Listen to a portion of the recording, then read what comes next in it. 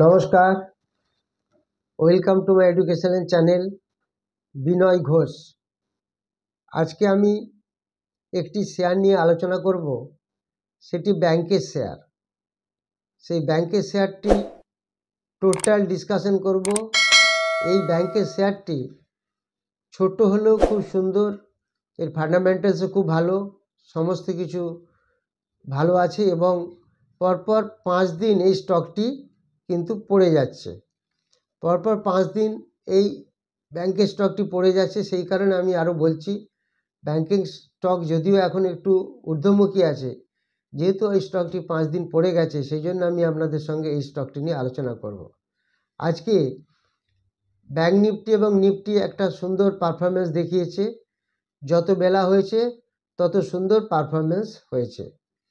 আমরা দেখেছি Nifty 64 point মতো প্রায় প্লাসে বন্ধ হলো, যেটা 21,782, এবং ব্যাংক নিফটিও বেশ উপরে বন্ধ হলো, 622 পয়েন্ট উপরে 622 পয়েন্ট উপরে বন্ধ হলো, 45,634 এরকম জায়গায় একটা বন্ধ হলো। ব্যাংক নিফটি লাস্টের বেশ কয়েক ঘন্টা সুন্দর পারফর্ম করেছে। তার আগে এক সময় ব্যাংক নিফটি 200-250 পয়েন্ট আরও বেশি মাইনাস হয়েছিল, নিফটিও মাইনাসে ছিল, তারপরে ধীরে ধীরে মেকআপ করে একটা ভালো জায়গায় গেছে। ব্যাংক নিফটি প্রায় আজকে 1.38% বেড়েছে ওভারঅল। পিএসইউ ব্যাংকও 0.97%, প্রায় 1%-এর মতো বেড়েছে। ফিনান্সিয়াল সার্ভিসও বেড়েছে এবং নিফটি ফার্মা বেড়েছে, এফএমসিজি সেক্টরও বেড়েছে।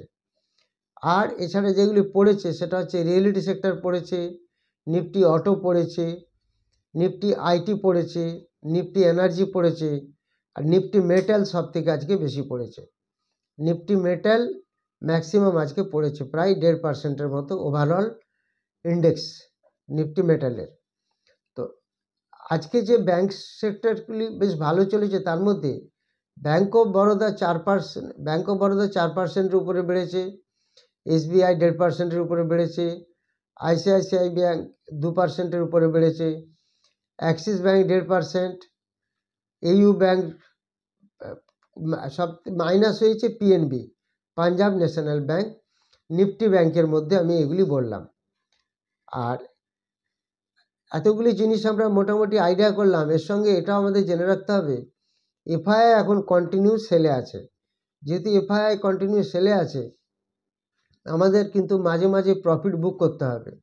রেল স্টকগুলি এখন পড়ার একটাই কারণ, এতটা ওভারবটে চলে গেছিলো, দ্যাট ইজ এক্সট্রিমলি ওভারবট।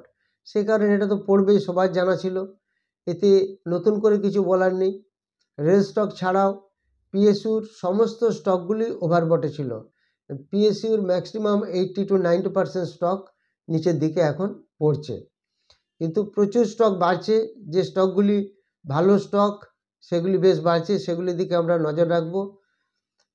এর সঙ্গে আমি কয়েকটি জিনিস বলি। 18 ফেব্রুয়ারি যে সেমিনারটি আছে, সেই সেমিনারটি যারা অ্যাটেন্ড করতে চান তারা ফোন নম্বরে যোগাযোগ করবেন। আর যারা 16 ফেব্রুয়ারি অফলাইন ব্যাচে ক্লাস করতে চান তারা যোগাযোগ করবেন। এবং 25 ফেব্রুয়ারি অনলাইনের ব্যাচ শুরু হবে রাত্রি 8টা থেকে 10টা, যারা ইন্টারেস্টেড যোগাযোগ করবেন। আর 3 মার্চ যেটা শুরু হবে সেটা অফলাইনের ব্যাচ, রবিবার সকাল 10টা থেকে 1টা এই ব্যাচগুলি শুরু হবে। আর যারা টেলিগ্রাম চ্যানেলে, প্রাইভেট চ্যানেলে আসতে চান তারাও ফোন নম্বর দেওয়া আছে, যোগাযোগ করবেন। এবার আমি আপনাদের সঙ্গে যে স্টকটি নিয়ে আলোচনা করব এটি খুব ছোট্ট স্টক, 30 টাকার কাছাকাছি দাম। সেই স্টকটি আপনাদের আমি দেখাবো এবং বলবো, সেই স্টকটি আপনারা দেখুন। তার চার্ট এবং প্যাটার্নগুলি সমস্ত আমি আপনাদের দেখাবো। এবার আমি আপনাদের যে স্টকটি নিয়ে আলোচনা করছি, এই যে ব্যাংকিং স্টকটি, এই স্টকটি দেখুন, নাম হলো সাউথ ইন্ডিয়ান ব্যাংক। এটা 305 কোটি টাকা নেট প্রফিট করেছে থার্ড কোয়ার্টারে, এবং প্রায় triple net profit, 3 Times net profit বেড়ে গেছে। এবং এই স্টকটি অলরেডি ফান্ড রেজিং করতে চলেছে। সেটা হচ্ছে কিভাবে ফান্ড রেজিং হবে না, রাইট ইস্যু দিয়ে। রাইট ইস্যু হবে 1750 কোটি টাকা রাইট ইস্যু হবে। সেই রাইট ইস্যু এখনও কোন রেশিওতে হবে সেটা এখনও ডিক্লেয়ার হয়নি। ভেরি ইমিডিয়েট ডিক্লেয়ার হবে কি রেশিওতে হবে এবং কত টাকা করে নেবে সেটা এখনও ডিক্লেয়ার হয়নি। এই স্টকটি 5 দিন ধরে পড়ছে, আমি চার্টে আপনাদের দেখাবো। এই সাউথ ইন্ডিয়ান ব্যাংক এটা 15.52 লাখ শেয়ার্স চেঞ্জ হ্যান্ডস, মানে হাত চেঞ্জ হয়েছে বিএসসিতে, যার ভ্যালু হচ্ছে 4.22 crore। আর নতুন যে চেয়ারম্যান এসেছেন তিনি হচ্ছেন ভিজে কুরিয়ান, সাউথ ইন্ডিয়ান ব্যাংকের। এই ব্যাংকটি খুব ভালো পারফর্ম করেছে, খুব ভালো রেজাল্ট করেছে। সেই রেজাল্টের ভিত্তিতে ব্যাংকটি খুব ভালো বাড়ছিল। 5 দিন যেহেতু ডাউন হয়ে গেছে, এই 5 দিন ডাউন হওয়ার জন্য এই স্টকটি আমরা লক্ষ্য করব। এবার দেখুন এই স্টকটা যদি আমরা একটু চার্টটা দেখি, এই স্টকটা দেখুন চার্টটা কিভাবে কদিন ধরে পড়ছে দেখুন। এখান থেকে আমরা যেটা দেখতে পাচ্ছি, এখানে স্টকটির দাম ছিল দেখুন 30 রুপিস লো ছিল প্রায় 10-12 দিন আগে। সেটা এই জায়গাটা একটা কনসলিডেশন ফেজে ছিল, তারপর এখান থেকে এতটা বাড়লো, আবার এই স্টকটি দেখুন ধীরে ধীরে নিচে পড়লো। প্রায় 5 দিন ধরে স্টকটি পড়ছে। এখন যে জায়গায় স্টকটি চলছে সেই জায়গায় এখন কত ভ্যালু চলছে সেটা আমরা দেখে নেব। এই যে লাস্ট দিন মানে আজকে এটা স্টকটা ক্লোজ হয়েছে 35 টাকা 55 পয়সা।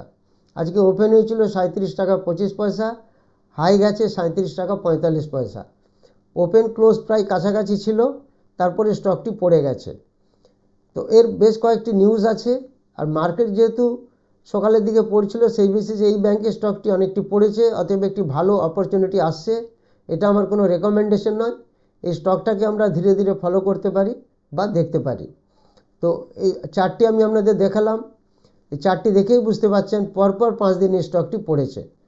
এরপর আমরা যেটা দেখব সেটা হচ্ছে যে এবার দেখি আমরা এই স্টকটি চার্টটা দেখার পরে আমরা যেটা এখন দেখতে পাবো সেটা হচ্ছে এই স্টকটি কিভাবে অ্যাকচুয়ালি স্ক্রিনার থেকে যদি আমরা দেখি সেটা সেখানে দেখতে পাবো এই স্টকটি কিভাবে কতটা বেড়েছিল এবং এর ফান্ডামেন্টাল কীরকম সেটা আমরা দেখতে পাবো। এই স্টকটির মার্কেট ক্যাপিটাল 7,436 কোটি টাকা, কারেন্ট প্রাইস 35 টাকা 60 পয়সা, হাই গেছিল 40 টাকা, ডিভিডেন্ড ইল 0.84%, বুক ভ্যালু 31.9%, বেশ ভালো বুক ভ্যালু আছে। এরপর দেখুন এই কোম্পানি পি মাত্র 6.6, এটা আমাদের খেয়াল রাখতে হবে, যেখানে ইন্ডাস্ট্রি পি কিন্তু 13.4। তো এর প্রতিটি জিনিস বুক ভ্যালু 31.9, ডিভিডেন্ড দিচ্ছে, ফেস ভ্যালু 1 টাকা, পাইটোসিস স্কোর 6 আছে, মোটামুটি ঠিক আছে, গ্রাম নাম্বার 61.9 প্রায় 62। সেখানে স্টকের দাম কিন্তু অনেক নিচে চলছে, প্রায় 50% নিচে চলছে, এটা আমাদের খেয়াল রাখতে হবে। গ্রাম নাম্বার অনেক উপরে আছে।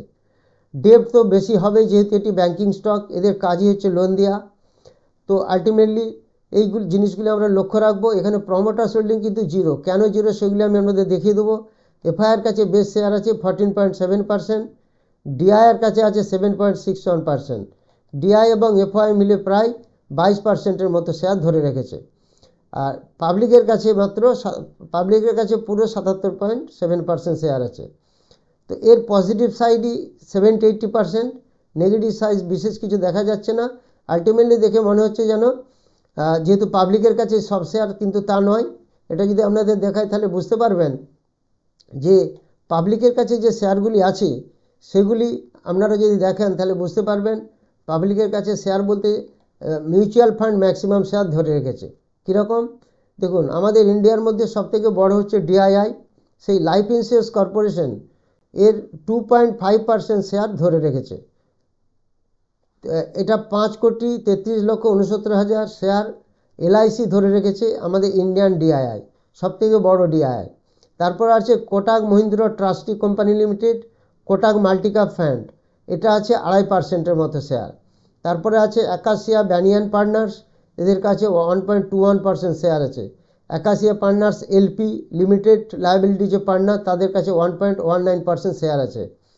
তো আলটিমেটলি এরা হচ্ছে ইনস্টিটিউশনের কাছে প্রচুর শেয়ার আছে। তো এইগুলি আমরা দেখতে পাচ্ছি। তো সমস্ত দিক থেকে যদি আমরা বিচার করে দেখি এই স্টকটি একটা ভালো জায়গায় পারফর্ম করছে এবং এর ফান্ডামেন্টাল বেশ যথেষ্টই মোটামুটি ভালো আছে। এই স্টকটির দিকে আমরা নজর রাখবো, এটা আমার রেকমেন্ডেশন নয়। এটা আমার এডুকেশনাল চ্যানেল থেকে আপনাদেরকে একটা নিউজ দিলাম, ওভারভিউ দিলাম। এই স্টকটিকে আমরা খেয়াল রাখতে পারি। যারা সেমিনারে জয়েন করতে চান, যে সেমিনারটি আছে 18 ফেব্রুয়ারি, তারা ফোন করে জানবেন। এবং যারা অনলাইন এবং অফলাইন ব্যাচে ভর্তি হতে চান, যেটা শুরু হচ্ছে 16 ফেব্রুয়ারি এবং 3 মার্চ, আর অনলাইনে ক্লাসটি শুরু হচ্ছে 20 ফেব্রুয়ারি, তারা যোগাযোগ করবেন। যারা চ্যানেলটি নতুন দেখছেন, এই চ্যানেলটি তারা অবশ্যই এই প্রত্যেকটি ভিডিও শেয়ার করবেন এবং প্রত্যেককে এই নিউজগুলি শেয়ার করে জানাবেন এবং প্রত্যেকেই লাইক করবেন। এবং যারা নতুন দেখছেন তারা অবশ্যই এটাই সাবস্ক্রাইব করবেন। Thank you very much for watching my video.